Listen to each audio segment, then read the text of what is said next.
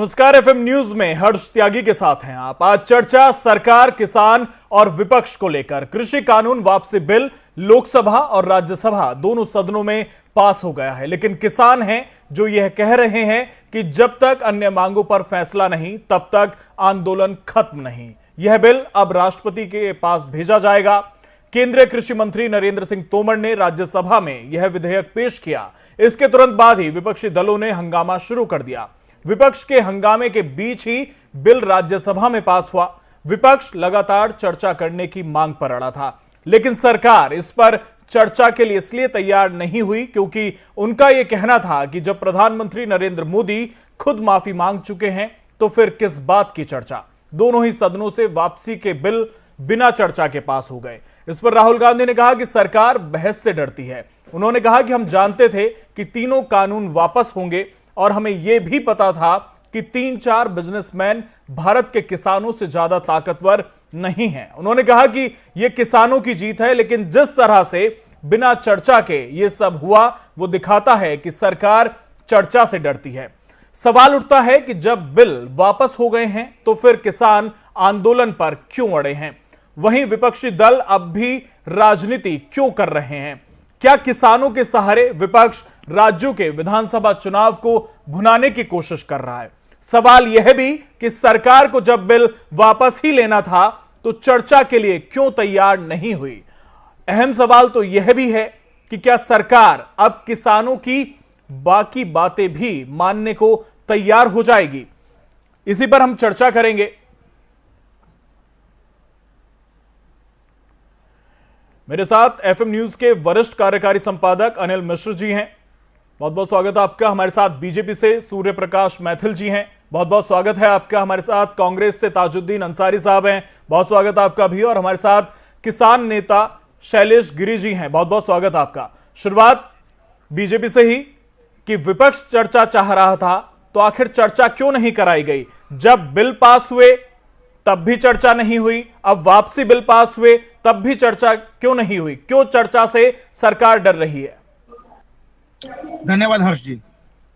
देखिए हर्ष भाई, पहले तो मैं आपको करेक्ट करना चाहूंगा कि भारतीय जनता पार्टी की केंद्र सरकार ने जब ये बिल लाए थे उसके बाद लोकसभा और राज्यसभा दोनों में हमने चर्चा कराने की कोशिश की। जब हम लेके आए थे तब भी वहां पर हम लोगों ने पूछा था समूचे विपक्ष से। ये बार बार जो विपक्ष नारा लगाता था काले कानून काले कानून, तो वहां विपक्ष से पूछा गया था, चाहे राज्यसभा हो चाहे लोकसभा हो, कि कृपया करके आप हमें बताएं इन तीनों कानूनों में आपको कहां पर जो है काला दिखता है। वहां पर विपक्ष फेल रहा। उसके बाद किसानों के संग वार्ता हुई, 12 दौर की वार्ता हुई। 12 दौर की वार्ता के बावजूद भी वहां पर जब लिखित में हम मांगते रहे उनको कि आप अपनी आपत्तियां बताइए, तब भी वहां पर जो किसान नेता थे, सारे संगठन थे, उन्होंने किसी ने भी कोई लिखित आपत्ति नहीं दी। और जो अमेंडमेंट उन्होंने दिए हमने वो संशोधन कर दिया था। उसके बाद भी बात नहीं बनी। फिर सुप्रीम कोर्ट गए। सुप्रीम कोर्ट ने वहां पर कहा कि जो कानून है इनको हम 1.5 साल के लिए जो है करते हैं, सस्पेंड करते हैं। उसके बाद वहां पर उन्होंने कमेटी बना दी। कमेटी के अंदर वहां कहा गया कि जितने भी किसान प्रतिनिधि हैं, संगठन के प्रतिनिधि, वो आइए और वहां पर अपनी आपत्तियां दर्ज कराइए। तो वहां पर भी कोई किसान प्रतिनिधि नहीं पहुंचा। फिर जब ये महसूस हुआ कि इस आंदोलन के अंदर कुछ अप्रिय लोग चले गए हैं और कुछ एक बहुत बड़ा टकराव होने जा रहा है, तो हमने माननीय प्रधानमंत्री जी ने जनता के लिए, जनता के द्वारा चुनी हुई सरकार, ये जो एक लाइन है इसको चरितार्थ किया और बहुत ही विनम्रता से ये कहा कि हम जो ये कानून है, तीनों कानून दीपक की तरह प्रकाशमान है, परंतु किन्हीं कारणवश हमारी तपस्या में कहीं कोई कमी रह गई होगी, इसलिए हम किसान भाइयों के एक वर्ग को, एक समूह को नहीं समझा पाए हैं, इसलिए हम बड़ी विनम्रता से इन कानूनों को वापस लेते हैं। लोकतंत्र में सबका साथ, सबका विकास, सबका विश्वास और सबका प्रयास, ये जो लाइन है इसको चरितार्थ करते हैं माननीय प्रधानमंत्री जी अपने जीवन में। अब उसके बाद लोकसभा में आप देखिए, आज सुबह माननीय प्रधानमंत्री जी ने कहा था विपक्ष से हम चर्चा कराने को तैयार हैं, हम हर प्रश्न का उत्तर देने को तैयार हैं, परंतु वहां पर विपक्ष संसदीय आचरण करे, हो हल्ला और जिस प्रकार की अमर्यादित व्यवहार विपक्ष ने सुबह किया दोनों सदनों में, उस कारण वहां पर इस पे चर्चा नहीं हुई। और विपक्ष तो चाहता ही था इसको कानून को वापस लिया जाए, सत्ता पक्ष भी तैयार था, तो इसलिए वहां पे ये कानून वापस हो गए। इसमें तो चर्चा का जो भी मांग विपक्ष कर रहा था उनको पूरी तरीके से जब पहले ही बता दिया था कि आप पूरे थ्रू चैनल आइए, क्यों नहीं इन्होंने किया। नरेंद्र मोदी खुद सब कुछ कह चुके थे तो उसके बाद चर्चा की बात ही नहीं रह जाती।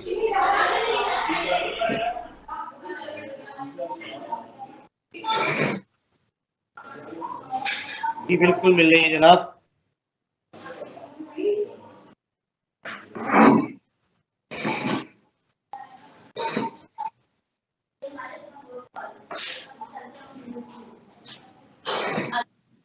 देखिए पूरे हिंदुस्तान को परेशान करके, तमाम किसान भाइयों को परेशान करके आप एक साल में इस नतीजे पे पहुंचे कि एक साल में आप वापस ले रहे हैं। तो आप मुझे एक बात बताइए, क्या आपके पास इतना टाइम नहीं था कि 1 महीने में 2 महीने में आप फैसला कर लेते? खैर उसको छोड़िए, जो होना था वो तो हो गया। आपने देश से माफी मांगी, बहुत अच्छी बात है, ये प्रधानमंत्री जी का बड़प्पन है। लेकिन किसानों की, जो किसान शहीद हो गए, जिन किसानों का इंतकाल हो गया, जिनकी डेथ हो गई, आप उनके घर वालों को मुआवजा देने में आपको क्या परेशानी है?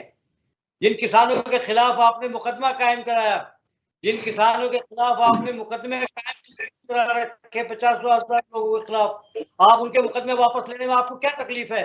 वो तो अपनी जगह जायज थे, वो नाजायज नहीं थे, वो सही विरोध कर रहे थे, और विरोध करने में आपने उनके खिलाफ मुकदमे कायम कर दिए, उनको जेल भेज दिया। तीसरी बात, किसानों का जो असल मुद्दा है वो एमएसपी कानून बनाने की गारंटी है कि उससे कम कीमत पे ना खरीदा जाए।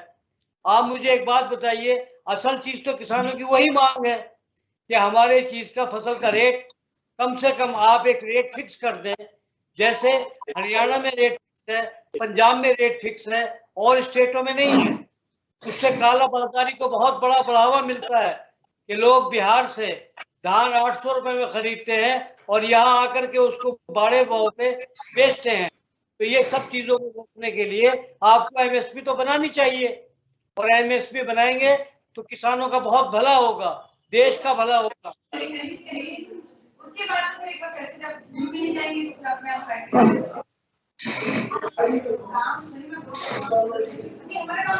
हेलो हेलो जी, तो मेरा कहना यह है कि जहां आपने तीनों काले कानून वापस ले लिए, तो आप एमएसपी पे गारंटी, जो किसानों की डिमांड है, उनकी आपको खास मांग भी नहीं है।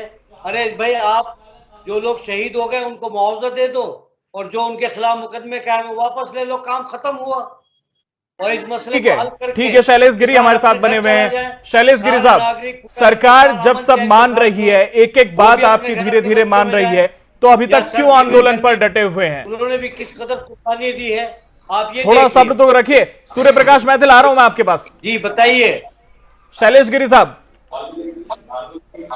मैं अपने बीजेपी के साथी से पूछना चाहता हूं, आप बताइए जरा। ताजुद्दीन साहब, आ रहा हूं मैं दोबारा से। शैलेश गिरी, आवाज मिल रही है? अभी जो अंसारी साहब हैं उन्होंने, सूर्य प्रकाश मैथिल, मैं आ रहा हूं आपके पास। एक कमेंट शैलेश गिरी से ले लेते हैं, उसके बाद आ रहा हूं मैं आपके पास। कहा शैलेश गिरी, आवाज मिल रही है? और पंजाब में एमएसपी मिलता है, तो शायद जैसा कि आपने लिखा कि शैलेश गिरी जी तक हमारी आवाज नहीं पहुंच पा रही, दोबारा से संपर्क करेंगे। रहे हैं, इनको शासन की कितनी जानकारी है। भारत सरकार देती है एमएसपी, कोई प्रदेश नहीं देता है, पहली चीज। उसमें वो एड ऑन कर सकते हैं, तो भारत सरकार तो ऑलरेडी एमएसपी देती है, तो प्रदेश में खरीदती है। और ये जो कानून आ रहा था, इसके बाद तो यही था ना कि पूरे प्रदेश का किसान, पूरे देश का किसान कहीं भी बेच सकता है। चलिए एनीवे, कानून वापस चले गए, ठीक है। लेकिन मैं आपको बता देता हूं, जो अभी आपने बोला कि 700 लोगों को जिसमें शहादत हुई, तो मैं आपसे पूछना चाहता हूं, आप मुझे एक बात का उत्तर दीजिए, कहां गोली चली और कहां लाठियां पड़ी जिससे कि शहादत हुई? दूसरी बात, आप कह रहे हैं कि वहां पर केस वापस लिए जाए। अरे भाई, किसके केस वापस लिए जाए? उन लोगों के केस वापस लिए जाए जिन्होंने पुलिस वालों पे हमला किया, उन लोगों के केस वापस लिए जाए जिन्होंने पुलिस के ऊपर ट्रैक्टर चढ़ाए, उन लोगों के केस वापस लिए जाए जिन्होंने की वहां लाल किले की प्राचीर पे खड़े होकर देश के तिरंगे का अपमान किया। उन लोगों के केस वापस लिए जाए जिन्होंने की भारत के कानून को तोड़ा। आपसे पूछना चाहता हूं, आप मुझे उसका उत्तर दीजिए। कांग्रेस की तो मानसिकता रही है कि वो देश के अंदर, चलिए ठीक है, शैलेश गिरी आपको आवाज मिल पा रही है? आतंक को बढ़ावा देती है। शैलेश गिरी आपको आवाज मिल रही है? हर उस आरोपी को दिए है। शैलेश गिरी, सरकार एक एक करके बात मान रही है, लेकिन उसके बाद भी आप लोग आंदोलन पर डटे हुए हैं। ताजुद्दीन और सूर्य प्रकाश महतिल सुन लीजिए, ताजुद्दीन और सूर्य प्रकाश महतिल सुन लीजिए। शैलेश गिरी हमारे साथ है। शैलेश गिरी, एक एक मांग सरकार मान रही है, लेकिन उसके बाद भी आंदोलन जारी है। सरकार को समय तो दीजिए। जी हर्ष जी, सरकार एक एक मांग नहीं मान रही है। मैं आपको बता दूं, जिस दिन माननीय प्रधानमंत्री जी ने कहा कि ये समय किसी को दोष देने का नहीं है, मैं क्षमा मांगता हूं कि कुछ लोगों को हम मना नहीं पाए और मैं कृषि बिल को वापस लेता हूं, तो मैं प्रधानमंत्री की बातों को ही दोहराता हूं कि ये समय किसी का दोष देने का नहीं था। ये सिर्फ और सिर्फ देश के माननीय प्रधानमंत्री नरेंद्र जी को दोष देने का है कि जिन्होंने एक साल इंतजार कराने के बाद जो उन्होंने कृषि बिल को वापस लिया और इस धारणा प्रदर्शन जेन केन प्रकारे न जो राष्ट्रीय संपत्ति की क्षति हुई और जितने शहादत हुए किसान आंदोलन में ठंड और गर्मी और बारिश के लेकर, इन सब के दोषी अगर सिर्फ और सिर्फ कोई था तो प्रधानमंत्री जी। देखिए, कहा गया है, शास्त्रों में कहा गया है कि 70 साल में इस देश के अंदर लाखों किसान आत्महत्या कर चुके हैं। उसका आरोपी कौन है? आप मुझे सूर्य प्रकाश महतिल, बात पूरी हो जाने दीजिए। सूर्य प्रकाश महतिल, लाखों लोगों को, सूर्य प्रकाश महतिल, बात पूरी हो जाने दीजिए, क्योंकि जब आप बात कर रहे थे आपको किसी ने इंटरप्ट नहीं किया। सूर्य प्रकाश महतिल सुन लीजिए। उसका जिम्मेदार कौन है? आपको सूर्य प्रकाश महतिल, सूर्य प्रकाश महतिल, आवाज मिल रही है? मृत्यु होती है तो उसका जिम्मेदार माननीय प्रधानमंत्री होंगे। कैसी बातें कर रहे हैं आप मेरे बात का मैं नहीं बोला। बहुत बढ़िया, बहुत बढ़िया।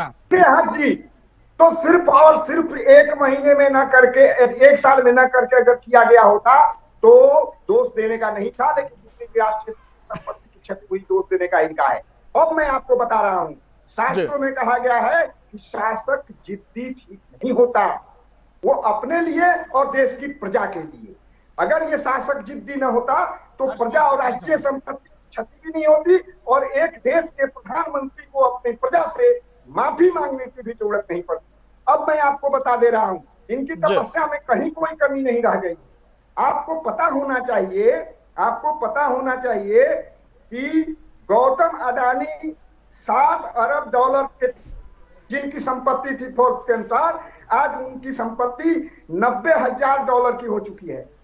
$90,000 अरब, जो 11 नंबर में आते थे, और 1 नंबर पर मुकेश अंबानी $23.6 अरब से आते थे, 2 नंबर पर दिलीप संघवी $18 अरब से, 3 नंबर पर विप्रो वाले। कभी पेप्सिको की भी बात कर लिया करो, कभी जेई की भी बात कर लिया करो, कभी हिंदुस्तान यूनिलीवर की भी बात कर लिया करो। किया है और अडानी और अंबानी के लिए।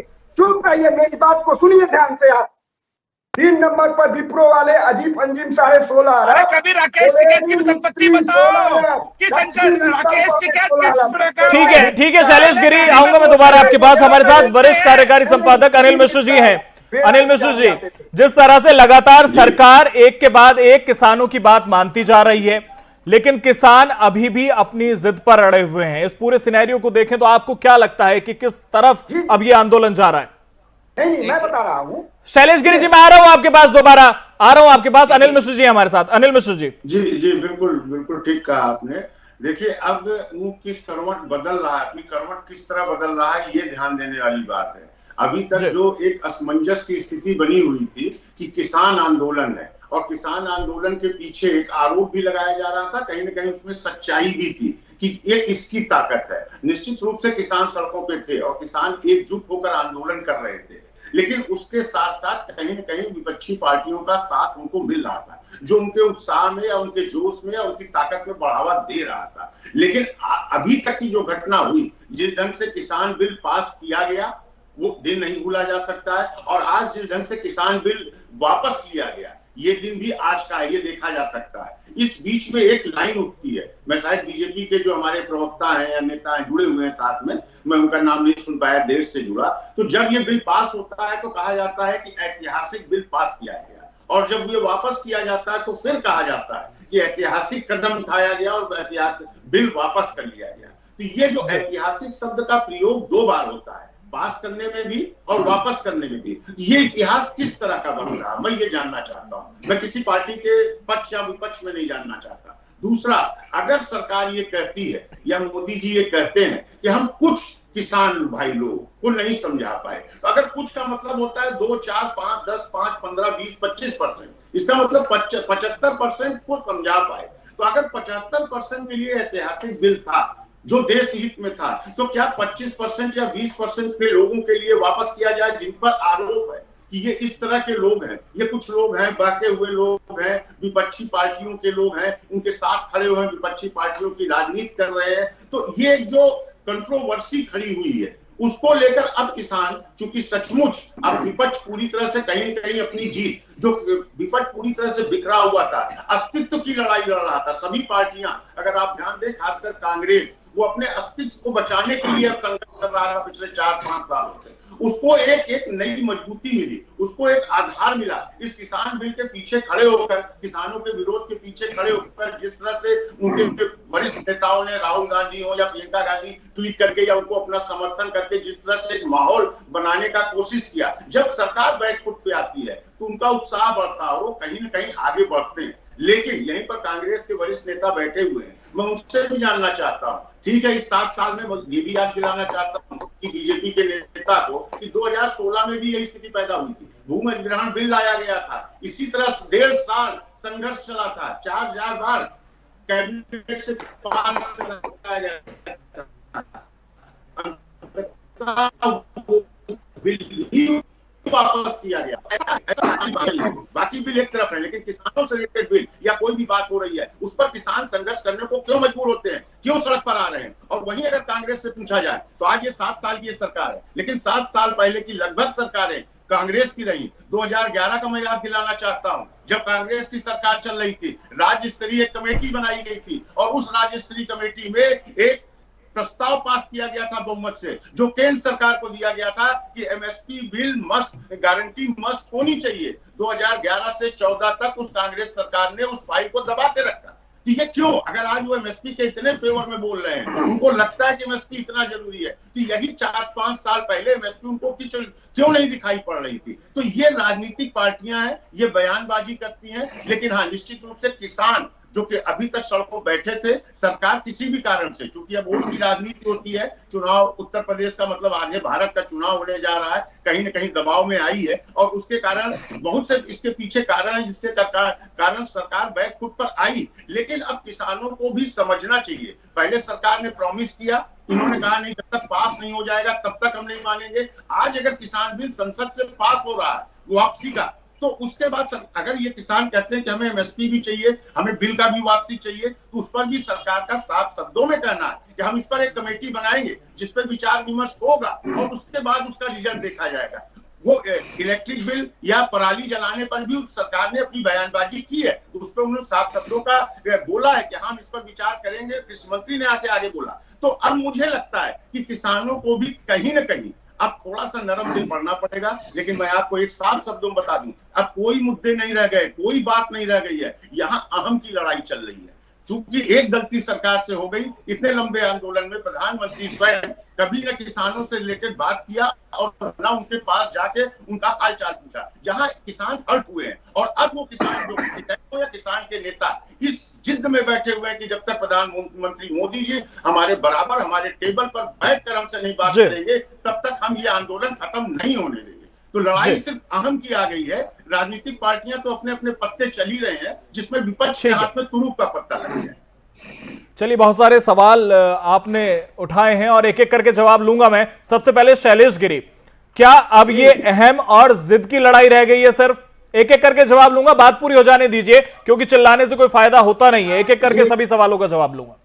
जी न जाए जी जी जी सबसे बड़ी बात है कि अभी जो हमारे भाई बोल रहे थे बहुत अच्छी बात बोल रहे थे, उसको मैं बोलने वाला था कि जो एक कमेटी बनी थी और उस कमेटी के जो अध्यक्ष थे माननीय नरेंद्र मोदी जी, जिस समय 2011 में और मनमोहन सिंह को खुद उन्होंने दिया था कि एमएसपी पर गारंटी कानून दी जाए, तो आपको समझना चाहिए कि ये 56 इंच के सीना वाले हमारे प्रधानमंत्री जी अपने ही बातों से अगर मुकर रहे हैं, कहावत किया है बात का गिरा हुआ व्यक्ति कहीं का नहीं होता है, तो मैं उनको जो कहे थे उस बात को मान रहा हूं। अनिल मिश्र जी, आ रहा हूं आपके पास। और दूसरी बात ये है कि सबसे पहले जो घोषणा और किए हैं कृषि बिल वापस का, ये कहीं ना कहीं वोट से जो उत्तर प्रदेश में वोट है राजनीतिक प्रेरित है।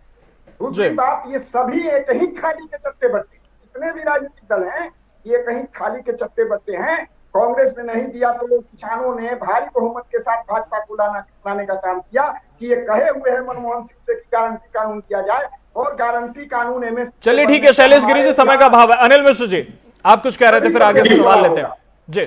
बिल्कुल, मैं शैलेश जी जो बोल रहे थे, मैंने जानबूझ उस वक्त मोदी जी का नाम नहीं लिया, मुझे मालूम था ये पाले में चली जाएगी शैलेश जी के फेवर में, लेकिन उस कमेटी के चेयरमैन थे मोदी जी। बिल्कुल सच है, आज इनका ये आरोप लगाना बिल्कुल सच है कि जिस कमेटी के चेयरमैन होते हुए मोदी जी ने रिपोर्ट दी सरकार को कि भाई ये एमएसपी मस्ट है और ये आपको करना चाहिए, तो ये सच है कि आज उनको उस चीज को समझना चाहिए। लेकिन उसके उलट एक प्रश्न उठता है, वो जो 3 साल की सरकार चली, कांग्रेस की सरकार थी, जो आज सड़कों पर खड़े होकर किसानों का दुख दर्द समझ रही है और आंसू बहा रही है, आखिर उस कमेटी की रिपोर्ट को उस वक्त क्यों नहीं चर्चा में लाया गया, उस वक्त क्यों नहीं लागू किया गया? इसका जवाबदेही कांग्रेस की बनती है। और उससे बड़ी बात, मैंने कहा ना, ये राजनीति होती है और किसान भाइयों को, किसान नेताओं को समझना चाहिए कि जब मौके आते हैं, जो विपक्ष में राजनीतिक पार्टियां होती हैं उन किसान भाइयों के साथ राजनीति करती है और पर्दे के पीछे खेलती है। स्वामीनाथन आयोग जो इतने दिनों से चल रहा था, वो कितने दिनों तक पर्दे के पीछे दबा के रखा गया, जिस पर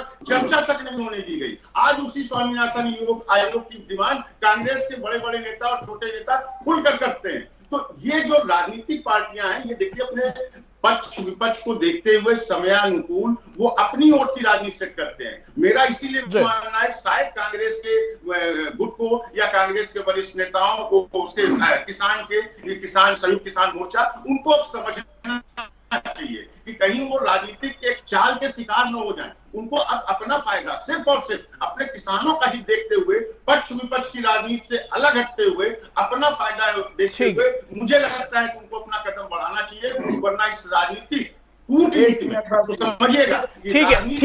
ठीक है सूर्य प्रकाश मैथिल। शैलेश गिरी जी, आऊंगा मैं दोबारा आपके पास। चले जाएंगे, बाकी सब राजनीतिक पार्टियां रोटी सेक कर आगे निकल जाएंगी।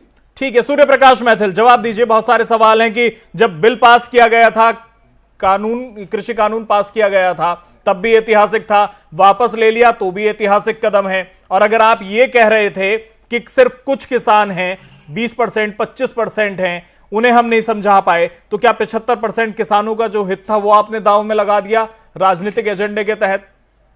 देखिए हर्ष जी, अभी जो अनिल मिश्र जी ने एक प्रश्न उठाया कि बहुत अच्छी लाइन उन्होंने बोली कि जब ये कानून पास हुए थे तो वो ऐतिहासिक थे, उसके बाद जो वापस लिए वो ऐतिहासिक है। तो ये दोनों ही ऐतिहासिक क्षण थे। आप देखिए कि भारत के स्वतंत्रता के बाद 70 साल में किसी एक सरकार ने किसानों के प्रति कार्य करने का मन बनाया और बहुत ईमानदारी से कार्य करने की कोशिश की। किसानों का जीवन स्तर ऊंचा उठाने के लिए, किसानों की आय दुगनी करने के लिए जो बदलाव करने की कोशिश की जा सकती थी वो की, और उसी की कड़ी में ये तीनों कृषि कानून थे। 1 मिनट, मैंने आपके बीच में नहीं बोला, मुझे बोलने दीजिए, फिर आप बोलेंगे। मेरा निवेदन है आपसे, आप बीच में मत बोलिए। शैलेश गिरी जी, निवेदन है, बात पूरी हो जाने दीजिए, समय का अभाव है, किसी की भी बात पूरी नहीं होगी। सूर्य प्रकाश मैथिल, बात पूरी कीजिए। जी, उसके बाद आप देखिए कि जब ये कानून हम लोगों ने पास करवाए, उस समय भी जब चर्चा हुई तो पूरी विपक्ष को पूरा मौका दिया गया, और किसी कारणवश अगर ये कानून हमने वापस लिया है तो उस वक्त में भी आप देखिए कि कांग्रेस ने अपने शासन में मुल्तई के अंदर गोलियां चलवाई। कांग्रेस के शासन में बाबा टिकैत के आंदोलनकारियों पर, बाबा टिकैत पर लाठियां चली। लेकिन ये पहला आंदोलन रहा जिसकी इज्जत भारत के प्रधानमंत्री जी ने की, क्योंकि वो अन्नदाता की बहुत सम्मान करते हैं। आप देखिए कि पहली सरकार है जो पूरी तरीके से लोकतांत्रिक रूप से चुनी हुई एक पूर्ण बहुमत की सरकार, उन्होंने कितनी विनम्रता दिखाई। तो ये अनिल मिश्र जी, आ रहा हूं। किसी भी किसान भाई के ऊपर कोई बल प्रयोग ताजुद्दीन साहब, आ रहा हूं आपके पास भी। किसान भाइयों का पूरा सम्मान हुआ, ये ऐतिहासिक है। और मैं आपको बता देता हूं कि पराली के ऊपर भी किसान भाइयों की मांग मान ली गई। पराली जलाने के ऊपर कोई केस रजिस्टर्ड होगा तो वापस लिया जाएगा, अब केस रजिस्टर्ड नहीं होगा। दूसरी बात, जो पुराने केस रजिस्टर्ड है, आ रहा हूं। ठीक है अनिल मिश्र जी, अनिल मिश्र जी चाहते कि नहीं लेना चाहते हैं।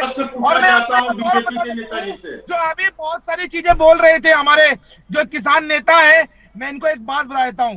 आपने राष्ट्रीय लोकदल ले लो, कांग्रेस ले लो, आम आदमी पार्टी ले लो, सपा ले लो, बसपा ले लो, सबका जो है घालमेल खिचड़ी बनाकर। चलिए ठीक है, सूर्य प्रकाश मैथिल आऊंगा दोबारा आपके पास। अनिल मिश्र जी को सवाल पूछ रहे हैं। आपका मैं प्रश्न पूछना चाहता हूं बीजेपी के प्रवक्ता महोदय से।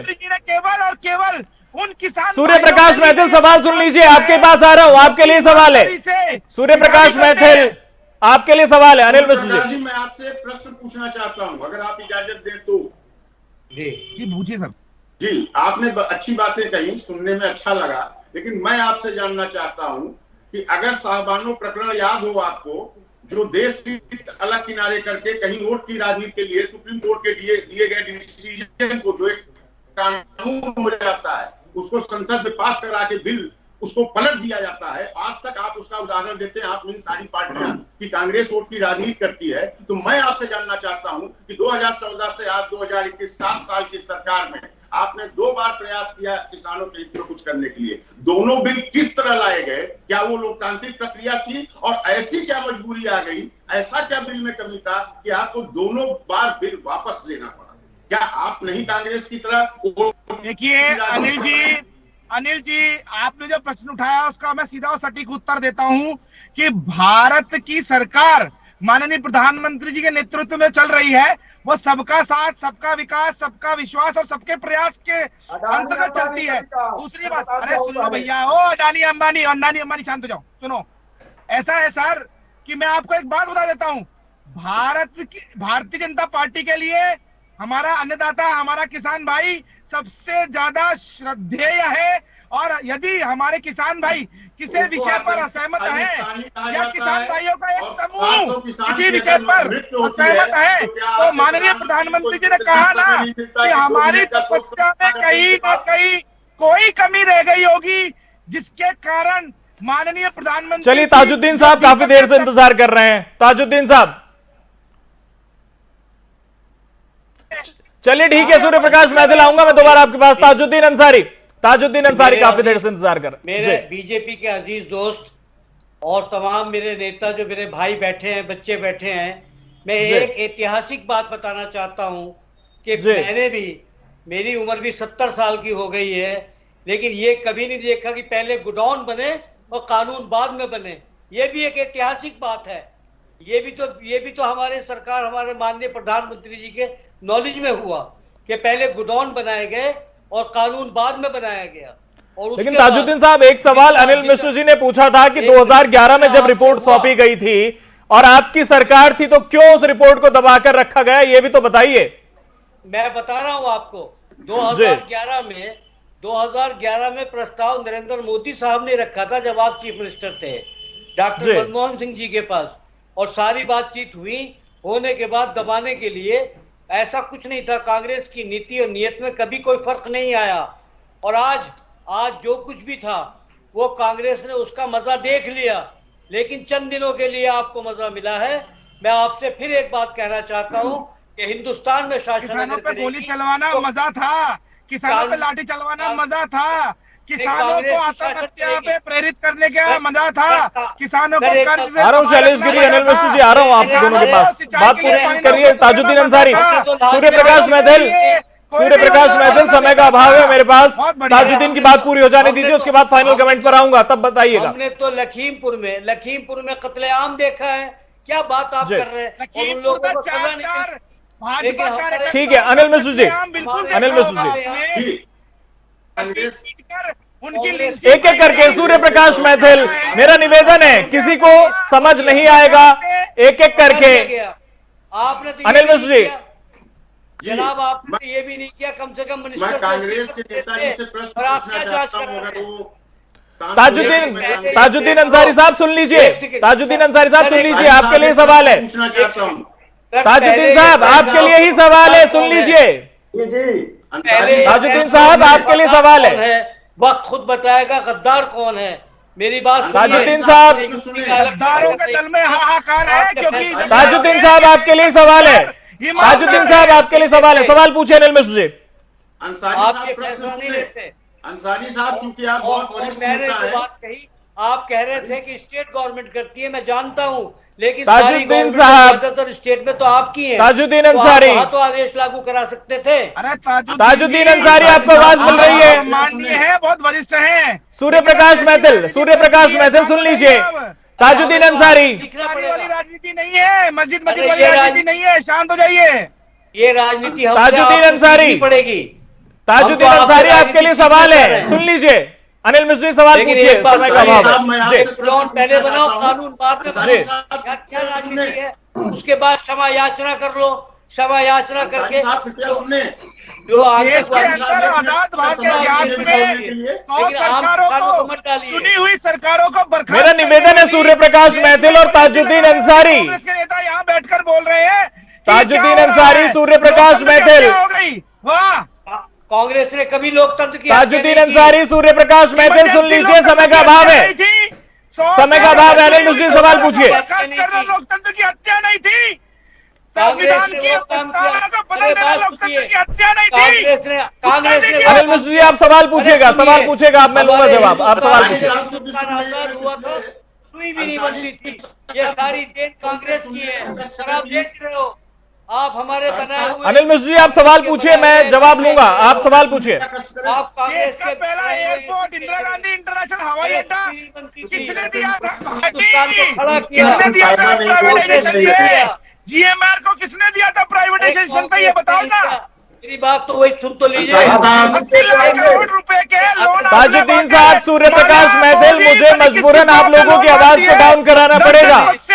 ताजुद्दीन अंसारी, सूर्य प्रकाश मैथिल।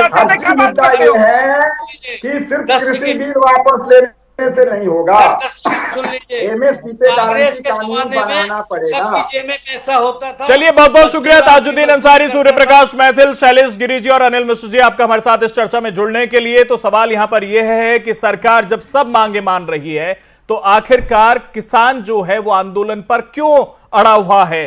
क्या विपक्ष किसानों के सहारे राजनीति साध रहा है? क्योंकि आने वाले समय में 5 राज्यों में विधानसभा चुनाव होने हैं और किसान कहीं ना कहीं महत्वपूर्ण भूमिका निभाते हैं। और क्या इसी के चलते ये सब कुछ राजनीति की जा रही है? क्योंकि जो किसान के लिए बिल थे, तीनों कृषि कानून थे, उन्हें वापस ले लिया गया है, लेकिन उसके बाद भी किसान अपनी कुछ मांगों को लेकर आंदोलन पर अड़े हुए हैं। तो ये आने वाले वक्त में पता चलेगा कि किस तरफ ये आंदोलन अब जाएगा। फिलहाल मेरे साथ इतना ही, बने रहिए एफएम न्यूज के साथ। नमस्कार।